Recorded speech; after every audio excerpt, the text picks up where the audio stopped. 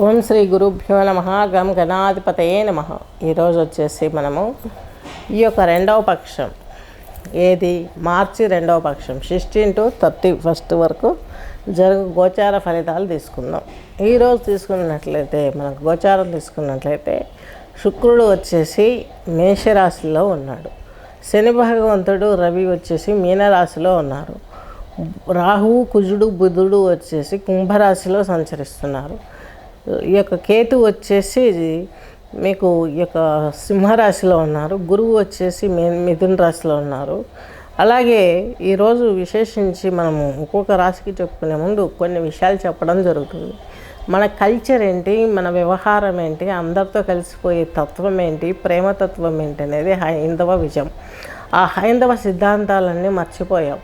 పిల్లలకి మన పురాణాలు తెలియట్లేదు. పురాణాలు అంటే ఇవన్నీ జరిగాయా అని ఒక సంఘర్షణ, మానసిక సంఘర్షణ ఇవన్నీ వస్తున్నాయి. సెస్ అందరికీ వస్తాయి, నాకు కూడా వచ్చాయి.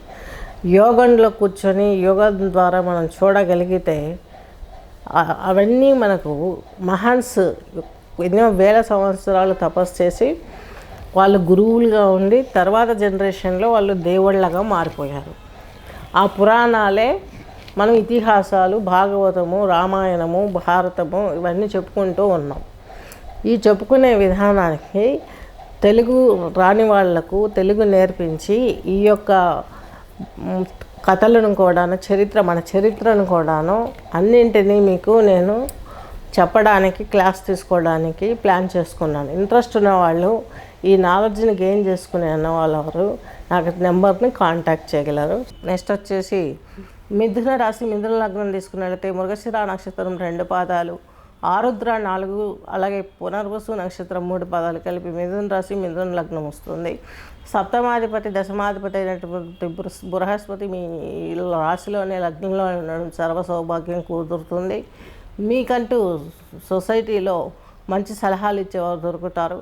మీ మూమెంట్స్ కూడా చాలా క్యాచింగ్ రేంజ్లో ఉంటాయి. బ్రెయిన్ అంత షార్ప్గా ఉంటుంది మిథున రాశి, మిథున లగ్నం వారికి.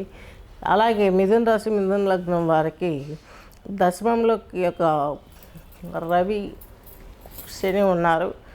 దీని మూలకంగా కొన్ని ప్రాబ్లమ్స్ వచ్చే అవకాశాలు ఉన్నాయి. రవి ఎందుకంటే మీకు ఈయన వృషభ రాశి, మిథున రాశి, మిథున లగ్నం వారికి రవి వచ్చేసి మీకు తృతీయాధిపతి 80 దశమ కేంద్రంలో కూర్చున్నారు కాబట్టి మంచి జరుగుతుంది. శని కూడా దశమ కేంద్రంలోనే ఉన్నారు, మంచి జరిగే అవకాశం ఉంది. కాకపోతే శని మీకు అష్టమాధిపతి, మిథున రాశి వారికి, మిథున లగ్నం వారికి అష్టమ భాగ్యాధిపతి కాబట్టి అష్టమాధిపతి మొదట కష్టాలను నుంచి తర్వాత సుఖాలను ఇచ్చే అవకాశం స్పష్టంగా గోచరిస్తుంది. నెక్స్ట్ వచ్చేసి తృతీయంలో కేతు చాలా బాగుంటుంది, ఎక్సలెంట్ పీరియడ్. మధ్య మధ్యలో ఏవో చిన్న ఇది వచ్చినా కూడా ఏం ప్రాబ్లం లేదు. ఇండస్ట్రీ రంగంలో ఉన్న వాళ్ళకు బాగుంటుంది. అలాగే కళాత్మక రంగము, గృహం ఏదన్నా నిర్మించుకుందామనుకున్న, శుభకార్యాలు ఏమన్నా చేయాలనుకున్నా విందు వినోదాలతో ఎంజాయ్ చేస్తారు. చక్కగా జీవితం సాఫీగా వెళ్ళడానికి బాగుంటుంది. వడ్డీ వ్యాపారస్తులు చాలా జాగ్రత్తగా చేయాలి. షేర్ మార్కెట్లలో ఇన్వెస్ట్ చేసే వాళ్ళు మాత్రం చాలా జాగ్రత్తగా ఉండాలి. భూ వివాదాలు ఫేస్ చేస్తారు. చివరికి మీకే విజయం లభిస్తుంది. స్వస్తి.